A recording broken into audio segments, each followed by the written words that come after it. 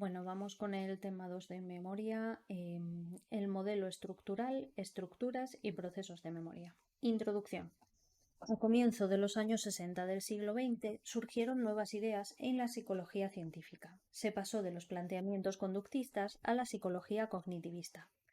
Bartlett dio mucha importancia a los errores en la recuperación de la información, así que intentó explicarlos por los esquemas culturales o las representaciones mentales. Durante la Segunda Guerra Mundial se trabajó en campos aplicados, relacionados con la guerra. Se consideró al ser humano como un ser capaz de procesar y transmitir información, también como capaz de manejar aparatos e instrumentos complejos, como aviones y radares, tomando decisiones complejas en breve tiempo. La teoría de la detección de señales de Tanner y Sweets y la teoría de la comunicación aparecieron en ese contexto. Por aquel entonces fue importante el estudio de la interacción hombre-máquina. Así, los psicólogos experimentales contribuyeron a diseñar mejores máquinas para salvar vidas y se mejoró también esta interacción. Con todo ello, se produjo la revolución del procesamiento de la información. Se entendía que el ser humano era capaz de manipular símbolos internamente. Se creía que esta manipulación de símbolos podía simularse con un ordenador digital. Estos enfoques se impusieron al paradigma conductista anterior. Los seres humanos somos capaces de mantener activas distintas piezas de información mientras las integramos entre ellas y aprendemos. La memoria, para los psicólogos cognitivos, es un mecanismo similar a un ordenador, donde se procesa, almacena y recupera información. Desde esta perspectiva, nos encontramos con dos tipos de memoria fundamentales. La memoria retrospectiva, que recupera información pasada, como sonidos, nombres, caras, y la memoria prospectiva, que recuerda información de acciones que se han de realizar en el futuro, como una cita o tomarse un medicamento.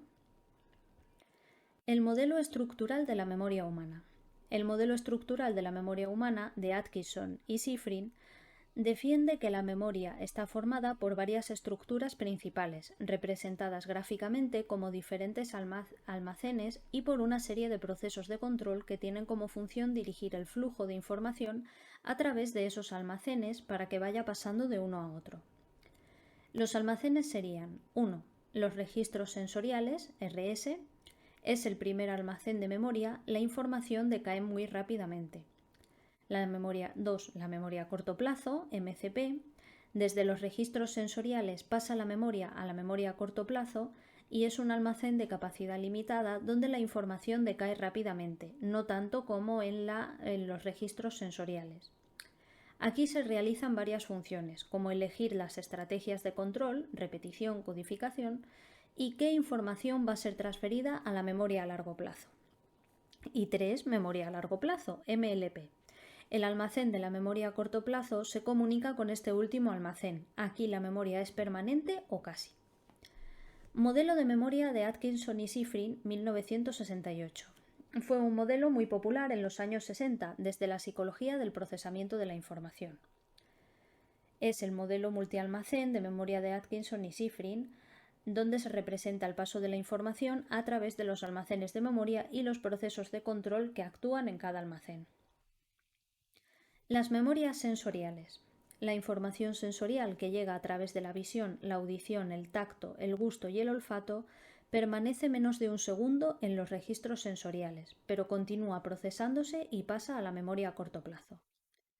Las memorias sensoriales se estudiaron en los años 60 y 70 y sobre todo la memoria icónica, visual, y la ecoica, auditiva. En menor medida se estudió el tacto. Los primeros estudios realizados sugerían que la cantidad de información que podía ser captada por el ojo humano tras una breve exposición era de 4 o 5 elementos independientes, según las respuestas dadas por los participantes.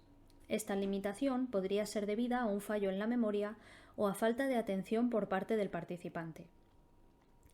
George Sperling, en 1960, era un psicólogo norteamericano que usó un taquitoscopio para presentar estímulos visuales como letras, números, figuras, caras, etc. Se presentaban durante fracciones de segundo para medir ciertos aspectos perceptivos. Así concluyó que la información permanece en este primer almacén sensorial durante menos de un segundo, luego decae o se procesa dentro del sistema cognitivo. Memoria icónica y memoria ecoica. La memoria icónica y ecoica constituyen dos almacenes de corta duración en los que se registra información sensorial visual y auditiva. Atkinson y Shiffrin, en el modelo multialmacén, dejaron vacíos los espacios correspondientes a otras memorias sensoriales de las que apenas se tenía información. Con el paradigma de Sperling o paradigma del informe parcial, el autor intenta aclarar las causas de las limitaciones detectadas en el procesamiento sensorial, ya que a través de los sentidos solo retenemos 4 o 5 elementos independientemente de la cantidad de alimentos. Madre mía, es que ya tengo hambre. Es la hora de cenar. Ya que a través de los sentidos solo retenemos 4 o 5 elementos, independientemente de la cantidad de elementos que se presenten y del tiempo de presentación de los mismos. La pregunta que se planteó fue que si la persona dispone de más información de la que realmente puede manifestar. Sperling presentó taquitoscópicamente durante 50 milisegundos 3 filas de 4 letras seguidas de un campo en blanco. Cuando pidió a los participantes que informaran de todas las letras que presentaba, informe total, Sperling encontró que eran capaces de informar correctamente 4 o 5 letras del total. Con el informe parcial quiso averiguar si los participantes habían visto todas las letras pero las habían olvidado. El informe parcial. Sperling enseñó a los sujetos a informar únicamente de las letras de una de las filas. Los participantes no sabían de antemano de qué fila debían informar. En cada ensayo, el experimentador indicaba mediante la presentación de un sonido la fila de la que se debía informar, con un tono alto, medio o bajo. Los resultados mostraron que los participantes podían informar de unas 3 letras de la fila, lo que sugería que eran capaces de retener 9 letras, 3 letras de cada fila. Según Sperling, los resultados eran la consecuencia del rápido decaimiento de la traza visual. En otro experimento, Sperling manipuló el intervalo temporal entre la desaparición de las letras presentadas visualmente y la presentación de la señal auditiva, desde los menos 100 milisegundos preestímulo a los 1000 milisegundos posestímulo. Cuanto más se retrasa la presentación de la señal auditiva, menor es el número de letras correctamente informadas. Los resultados también parecen indicar que la persistencia de la traza visual disminuye mucho después de unos 500 milisegundos. A partir de un segundo, la ventaja del informe parcial ha desaparecido. Aberbach y Coriel, en 1961, utilizaron un procedimiento experimental similar al de Sperling. Presentaron un conjunto de letras brevemente y poco después una señal visual en la posición de una de las letras. Los participantes tenían que informar de una sola letra, pero no sabían de antemano cuál era. Los resultados fueron similares a los de Sperling. Si la señal visual se presentaba inmediatamente después de las letras, los participantes informaban correctamente. Pero a medida que se retrasaba la presentación de la señal, la actuación empeoraba, lo que muestra el rápido decaimiento de la información visual. El proceso representado con una T en el modelo significa que el individuo traduce los estímulos contenidos en el almacén de reconocimiento en una serie de movimientos que conducen a su escritura. La información contenida en el almacén icónico se supone de naturaleza precategorial. El almacén mantiene datos en bruto y los sujetos extraen información sobre el contenido, creando una imagen visual del elemento. Luego se examinan uno a uno de forma serial. La imagen de cada estímulo es un patrón de luz que se sitúa en el almacén de reconocimiento en el que se atribuye un nombre a cada estímulo. Según Sperling, estos estímulos se registran por sus sonidos. El participante intenta retener los estímulos a través de un proceso de repetición. Este proceso es lento porque son necesarios más de 100 milisegundos para repetir cada elemento. Después, la información pasa al almacén de información auditiva, AIA, que constituye una estructura semejante al almacén de información visual, AIV. Sperling encontró que el número de errores es mayor cuando las letras presentadas e informadas tienen un sonido igual o parecido, como B y V, que cuando sus rasgos visuales son semejantes, como la C y la G. En posteriores experimentos se comprobó que el almacén icónico puede registrar otras características de los estímulos como forma o color. Según Sperling, la actuación de los participantes es mala porque no tienen tiempo de explorar y reconocer todos los elementos antes de que se borren de la traza visual. Es lo que ocurre en el informe total. Por el contrario, en el informe parcial, los observadores pueden utilizar la señal que indica la parte de la estimulación de la que deben informar. Características de la memoria icónica. Posee gran capacidad, corta duración y naturaleza precategorial. La capacidad de almacén icónico es muy grande. Esto se obtiene del informe parcial. Aunque es difícil saber la duración del icón, los resultados experimentales indican que su persistencia es de aproximadamente 1 segundo. Después de este tiempo, la información ha desaparecido. El procesamiento de la información se supone que está totalmente basado en los datos físicos de los estímulos. Se trata de un procesamiento abajo-arriba, no contaminado por el conocimiento previo del individuo. Parece ser que las categorías contenidas en la memoria a largo plazo no influyen en este nivel de procesamiento. El contenido de la memoria icónica debería estar formado por patrones de luz en lugar de letras o números, lo que significa que todavía no ha sido interpretado por el perceptor, sino que se encuentra en un estado bruto y sin elaborar. Aunque Sperling concluyó que las señales basadas en categorías no son efectivas y no influyen en los resultados, estudios posteriores lo contradicen. Mericle, en 1980, estudió la influencia de la información categórica en un diseño experimental entremezclando la técnica de informe total e informe parcial. Cada presentación estimular constaba de letras y números. Una voz decía 1 si había que informar letras, informe parcial, 2 si había que informar números, informe parcial, y 3 si había que informar todos los elementos, informe total. Así, Mericle encontró el efecto de la superioridad del informe parcial sobre el informe total. Parece que las señales son igualmente efectivas ya que se basen en rasgos físicos o en información categorizada. Duncan, en 1983, replicó los estudios, controlando que las letras y los números fueran físicamente semejantes.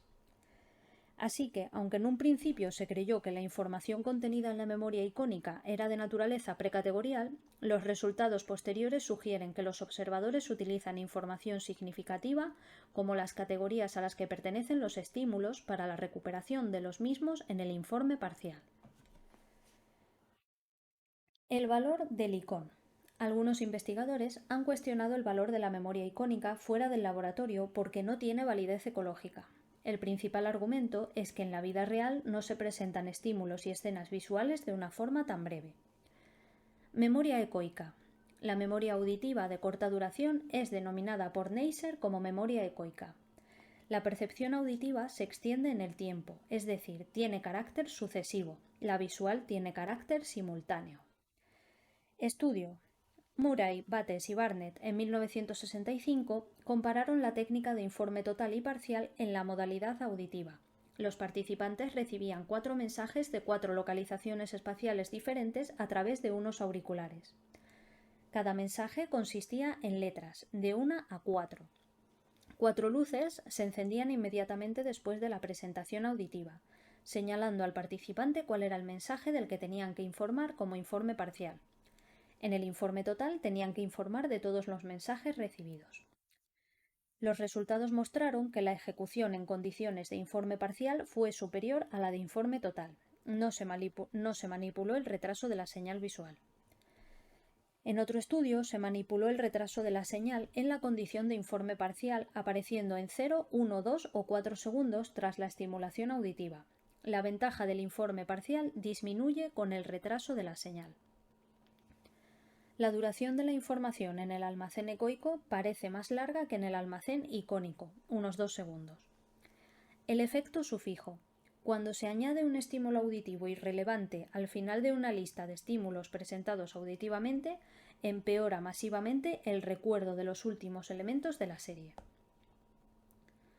El efecto sufijo, Crowder y Morton, 1969, muestra la existencia de un almacén acústico precategorial que retiene la estimulación auditiva varios segundos, hasta 20 segundos. Otros estudios también sugieren que la información del almacén acústico es de naturaleza precategorial. Cuando el sufijo pertenece a la misma categoría semántica que los elementos a retener, no produce más interferencia que cuando el sufijo pertenece a una categoría semántica diferente. Por el contrario, el parecido físico entre el sufijo y los elementos a recordar es importante. Cuando voces diferentes leen la serie de elementos y el sufijo, la interferencia causada por el sufijo es mucho menor que cuando son leídos por la misma voz. Cuando el sufijo es un tono de naturaleza diferente a los estímulos, el efecto sufijo desaparece. Existen estudios contrarios a la explicación del almacén precategorial auditivo. Por ejemplo, cuando la lectura de un sufijo no se escucha, sino que se adivina por el movimiento de los labios, sigue produciéndose deterioro del recuerdo de los últimos elementos. Algunos resultados han mostrado también la existencia de una memoria táctil de corta duración. La función principal de los almacenes sensoriales consiste en prolongar durante un breve periodo de tiempo los estímulos, con el fin de asegurar su procesamiento posterior. Memoria sensorial táctil. Bliss, Crane, Mansfield y Townsend en un experimento utilizaron la tarea del informe total y la tarea del informe parcial mediante sensaciones en los dedos de las manos, excluyendo el pulgar. Cada dedo lo dividieron en 3 zonas, superior, media e inferior, obteniendo 24 zonas, 12 a cada mano. Antes de comenzar, los participantes fueron entrenados para asociar una letra del alfabeto con cada una de esas 24 regiones. Se estimulaba la zona con un chorro de aire. En la condición de informe total, los participantes tenían que informar de todas las zonas. En la condición de informe parcial, solo tenían que informar de una de las zonas. Resultados. Hubo una pequeña pero significativa ventaja de la condición de informe parcial, pero desaparecía cuando la señal visual que señalaba la zona de la que debían informar se retrasaba más de 800 milisegundos. Observaciones. Algunos participantes tenían visión normal, pero 2 eran ciegos, uno congénito y otro con ceguera adquirida a los 14 años. El ciego congénito actuó mucho mejor, lo que indica que la memoria sensorial táctil puede mejorar cuando se entrena. Memoria a corto plazo. La MCP es un almacén de memoria que conserva una pequeña cantidad de información durante un breve espacio de tiempo. La capacidad está entre los 5 y los 9 elementos, números o letras, por ejemplo. La duración suele ser del orden de 10 a 20 segundos. La memoria a corto plazo realiza funciones de control sobre el material con la repetición y codificación. Prueba de amplitud de dígitos. Se trata de una prueba clásica. Comienza con una presentación de una serie de 2 dígitos que se leen a 1 por segundo y se anota la respuesta del sujeto. Se siguen ampliando series de dígitos hasta que falla 2 series seguidas de la misma longitud o hasta que repite los elementos de la serie más larga. Y así sucesivamente. Unas personas son capaces de retener 4 o 5 dígitos y otras 8 o 9. La amplitud de la memoria y la edad. La amplitud de la memoria aumenta de la niñez hasta la adolescencia. Las pruebas para medir la inteligencia incluyen pruebas para evaluar la amplitud de la memoria a corto plazo, ya que la amplitud de memoria y la edad mental del niño que evoluciona normalmente aumentan en paralelo. Pero el niño con dificultades de aprendizaje, aunque presente mejoras en su edad mental, no lo hará en la amplitud de memoria. La limitación del número de estímulos que podemos mantener en la memoria a corto plazo es el resultado empírico bien establecido en la literatura, entre 5 y 9 estímulos o más. La capacidad de la memoria a corto plazo. Se puede mejorar con técnicas como el agrupamiento o chunking, que consiste en agrupar los elementos simples que se desean retener en unidades con significado, formadas por varios elementos. Se representa aquí en una figurita que está en los apuntes que voy a subir a Patreon, un experimento en el que se muestra la curva de posición serial. Se aprecia el efecto de primacía y el efecto de recencia. El efecto de primacía es que los elementos presentados al principio de una serie se recuerdan bien, y el efecto de recencia es que los elementos presentados al final de una lista o serie se recuerdan mejor, mientras que los elementos que se encuentran en posiciones centrales apenas se recuerdan. El efecto de primacía ocurre porque se presta más atención y se repiten más los elementos presentados al principio de la lista que se pretende recordar.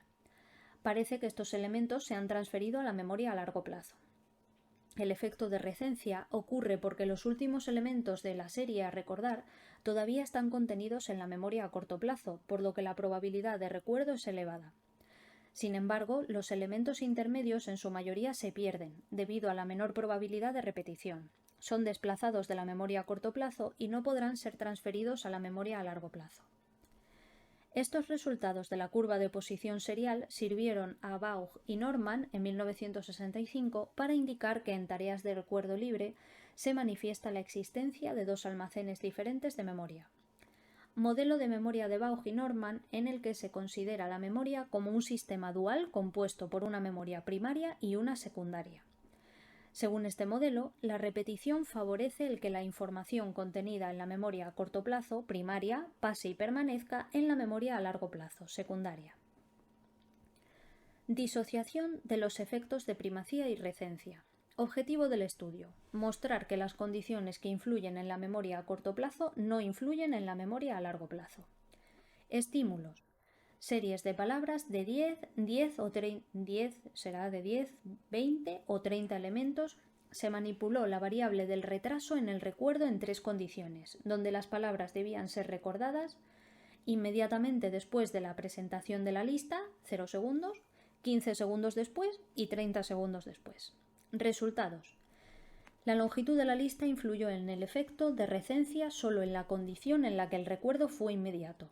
En las otras 2 condiciones el efecto de recencia desapareció. El efecto de primacía fue el mismo en las 3 condiciones. Interpretación: el tiempo de demora influye en el efecto de recencia en la memoria a corto plazo, pero no lo hace en el efecto de primacía, memoria a largo plazo. Capacidad de la memoria a corto plazo. Normalmente entre 5 y 9 elementos. Cuando se pone a prueba la memoria en ensayos sucesivos con palabras que pertenecen a la misma categoría, la capacidad de la memoria a corto plazo disminuye al ir aumentando el número de ensayos, pero si se cambia de categoría, el recuerdo mejora. Vickens, Born y Allen, en 1963, utilizaron la tarea de Brown-Peterson. Pidieron a 2 grupos de participantes que recordaran trigramas de letras. Después de la lectura de los mismos, realizaban una tarea distractora. A la presentación de una señal, los sujetos tenían que recordar el trigrama. Grupo experimental: 3 primeros ensayos con dígitos y un cuarto con letras, y grupo control, 4 ensayos con letras. Se produjo lo que se denomina el efecto de la categoría. La diferencia radicó en el cuarto ensayo. El grupo control empeoró y el grupo experimental mejoró en el cuarto ensayo. El efecto conocido como liberación de la interferencia proactiva es mayor cuanto más diferente es la categoría, lo que quiere decir que la mejora del recuerdo es pequeña si se cambia a una categoría similar, pero si se cambia a una categoría totalmente diferente, el resultado es notablemente mejor. Por ejemplo, las categorías hortalizas y flores son más cercanas que las categorías flores y profesiones. Si la capacidad de la memoria a corto plazo fuera constante, debería mantenerse fija a lo largo de todos los ensayos, independientemente al material presentado. El hecho de que la capacidad varíe en el cuarto ensayo del experimento sugiere que la información contenida en la memoria a largo plazo produce interferencias sobre el material contenido en la memoria a corto plazo. Codificación de la información en la memoria a corto plazo. En la actualidad se acepta la existencia de una variedad de códigos en la memoria a corto plazo y la memoria a largo plazo.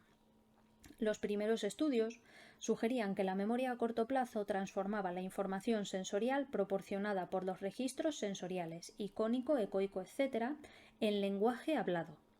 Sperling, en sus estudios sobre memoria icónica, notó que las confusiones de los sujetos eran de tipo fonológico y no visual. Conrad, en 1964, realizó un estudio de 2 fases. 1. En la primera fase, comprobó las confusiones de letras cometidas por sujetos, tanto visual como acústicamente. Para estudiar las confusiones visuales, presentó las letras una detrás de otra durante breve tiempo para provocar confusión. Los participantes tuvieron que clasificar letras. En la condición auditiva, presentó las letras leídas sobre fondo de ruido. Los errores más frecuentes fueron de tipo acústico. Se confundieron letras que tenían un sonido semejante, C con Z o F con S. En la condición visual, los participantes confundieron las letras con rasgos visuales similares, la K con la X o la O con la Q. En la segunda fase, los participantes realizaron la tarea de Brown-Peterson, con trigramas de consonantes presentadas visualmente para estudiar los errores. Después de observarlos, realizaban una tarea distractora. Resultados. Los participantes introdujeron mayoritariamente letras que habían sido confundidas con la forma acústica y no con la forma visual. Según Conrad, aunque las letras se presentaron visualmente, los participantes recordaban su forma auditiva. Unanimidad o diversidad de código. Conrad, en 1972, hizo un estudio con sordos congénitos utilizando también la tarea de Brown-Peterson y encontró que las confusiones producidas eran de tipo visual. lo que indica que en la memoria a corto plazo la codificación puede ser verbal o visual. Otros estudios muestran la existencia de codificación semántica. Se deduce que el modo de codificación acústica visual semántica no diferencia la memoria a corto plazo de la memoria a largo plazo. Ambas memorias adoptan diversidad de códigos. Distracción y olvido. El paradigma de Brown-Peterson. Objetivo: estudiar el olvido de un pequeño número de elementos bajo condiciones de distracción. Procedimiento: cada participante lee en voz alta un trigrama de letras de 3 consonantes seguido de un número de 3 dígitos. Se efectúa una tarea distractora, contar hacia atrás, hasta que se enciende una luz que indica que el participante debe recordar el trigrama de letras.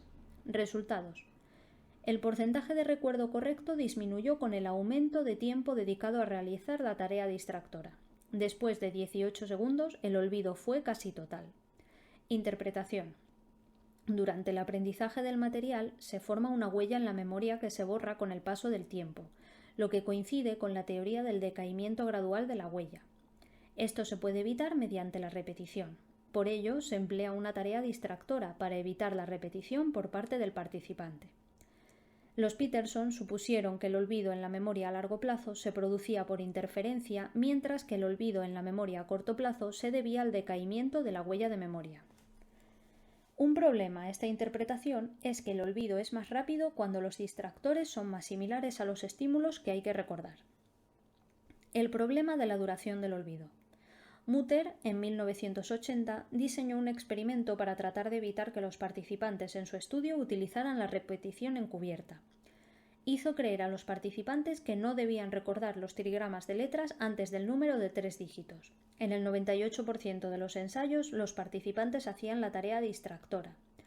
Lo que interesaba a Mutter era comprobar qué ocurría con el 2% restante cuando se les pidió que recordaran el trigrama de letras.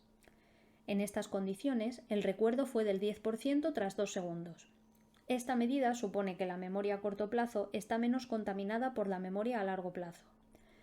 Posteriormente, se ha comprobado que el olvido del trigrama es casi total entre los 2 y los 4 segundos de tarea distractora. Influencia de la interferencia proactiva. La interferencia retroactiva se produce cuando nuevos aprendizajes inhiben o interfieren aprendizajes previos, pero existe también la interferencia proactiva. Keppel y Underwood, en 1962, realizaron un experimento. Mostraron que la interferencia proactiva era la causante del olvido en la tarea de Brown-Peterson. La actuación en la tarea de recuerdo disminuye en función del número de ensayos, es decir, hay interferencia proactiva, no así en el primer ensayo. Estos resultados no se adecúan a la teoría del decaimiento. Efectos de la interferencia proactiva con materiales de la vida diaria. Objetivo: en este estudio de Gunther y Coles se intentó comprobar si el recuerdo de noticias de televisión era mejor cuando las noticias de la misma categoría se espaciaban que cuando aparecían continuadas. Procedimiento: a 2 grupos de observadores se les presenta un bloque de 4 noticias de televisión. Grupo control: todas las noticias de la misma categoría. Grupo experimental: 3 ensayos de la misma categoría y el 4.º ensayo con noticias de otra categoría. Después de una tarea distractora se pedía el recuerdo. Resultados: el recuerdo empeoró en función del número de ensayos. El grupo experimental presentó el efecto de liberación de la interferencia proactiva en el 4.º ensayo.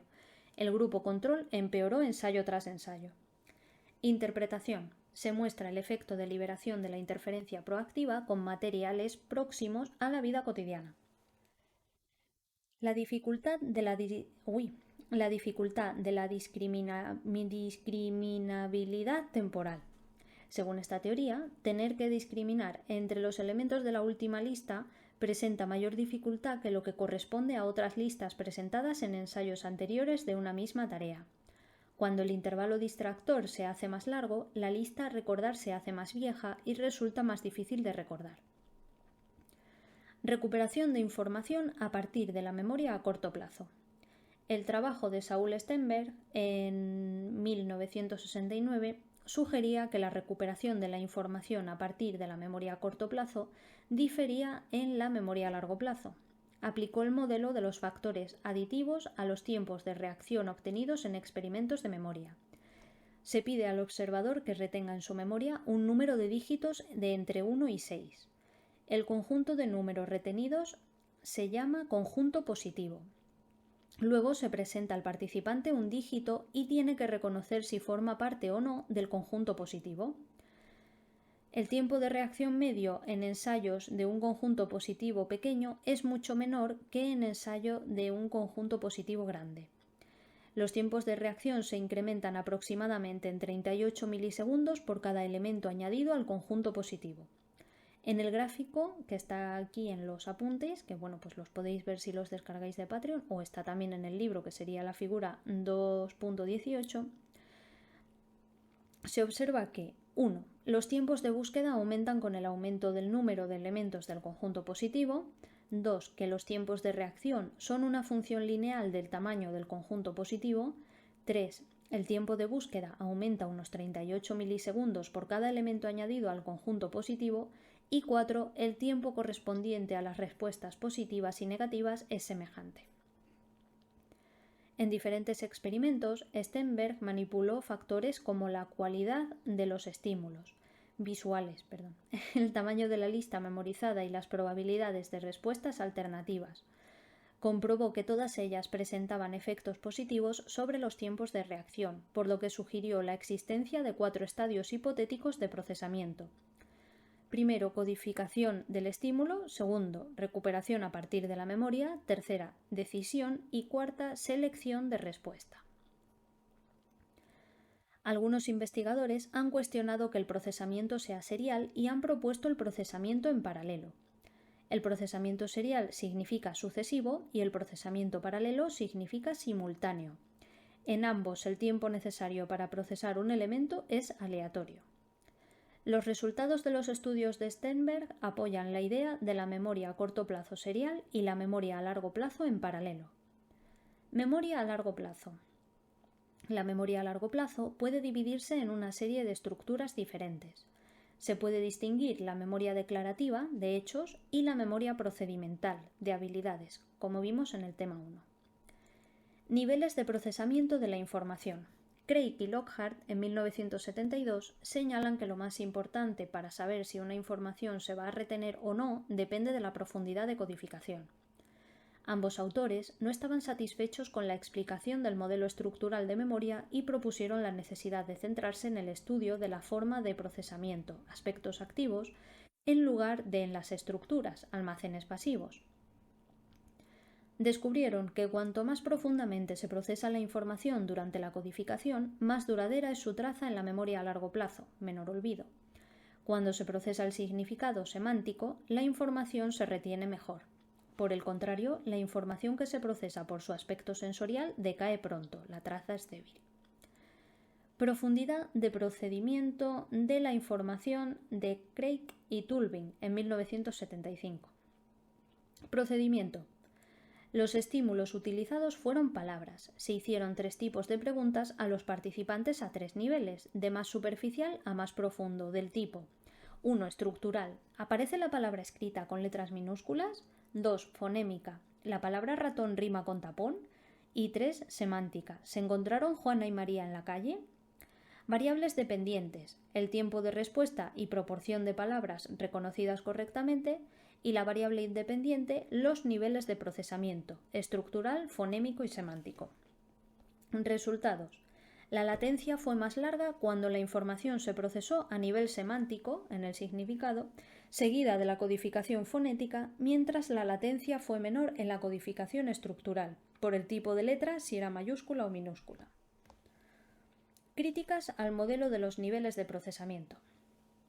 El modelo se ha criticado por tratarse de un modelo circular, es decir, afirma que se recuerda mejor porque se ha codificado el significado y porque se ha codificado el significado se recuerda mejor. Para Tulving, 1997, el problema está en que la propuesta de los niveles de procesamiento se centra en los procesos de codificación, pero no en los de recuperación de la información. Este autor compara el principio de la especificidad de la codificación con el de los niveles de procesamiento. Argumenta que ambos principios confluyen en que la recuperación de un evento a partir de la memoria está en función de la información almacenada acerca de dicho evento, traza de memoria, y la información disponible en el momento en que se trata de recuperar dicho evento a partir de la memoria, clave de recuperación. Relaciones de la memoria con otros procesos psicológicos. Influencia de la atención en el control de la memoria. La atención selectiva tiene un papel primordial en la codificación de la información en la memoria a largo plazo y para su recuperación voluntaria y consciente. La memoria a largo plazo de aquellos contenidos a los que no se ha atendido prácticamente no existe. La atención es necesaria para que puedan formarse trazas de memoria duradera en la memoria a largo plazo. Rock y Goodman, en 1981, presentaron a un grupo de adultos jóvenes una serie de tarjetas. En cada tarjeta aparecían dos formas lineales no familiares superpuestas, una siempre en verde y la otra en rojo. A la mitad de los participantes se les pidió que juzgaran lo agradable de la forma verde. A la otra mitad se les pidió lo mismo con la forma roja. Luego se les pidió por sorpresa que realizaran una tarea de reconocimiento antiguo-nuevo.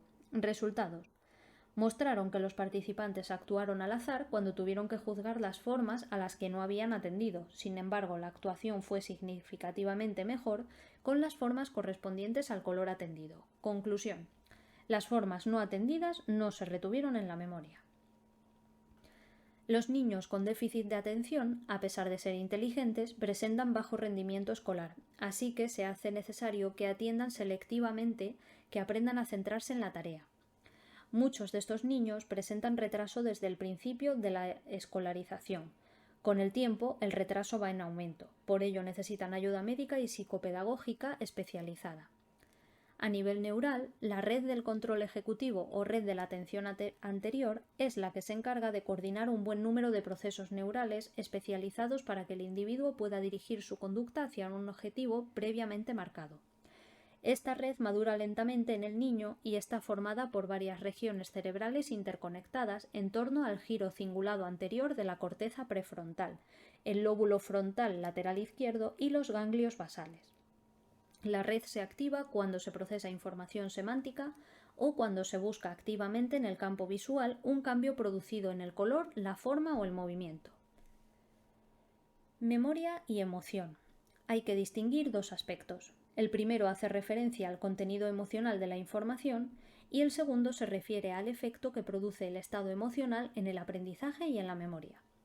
Parece que lo que hace que ciertos eventos sean más fáciles de recordar son las emociones que producen, no el significado personal del evento. Además, los recuerdos positivos parece que están rodeados de más información sensorial y contextual que los recuerdos neutros o negativos. Relación entre emoción y memoria. Los eventos con carga emocional se recuerdan mejor. Las emociones positivas se recuerdan mejor. Los recuerdos positivos contienen más detalles contextuales.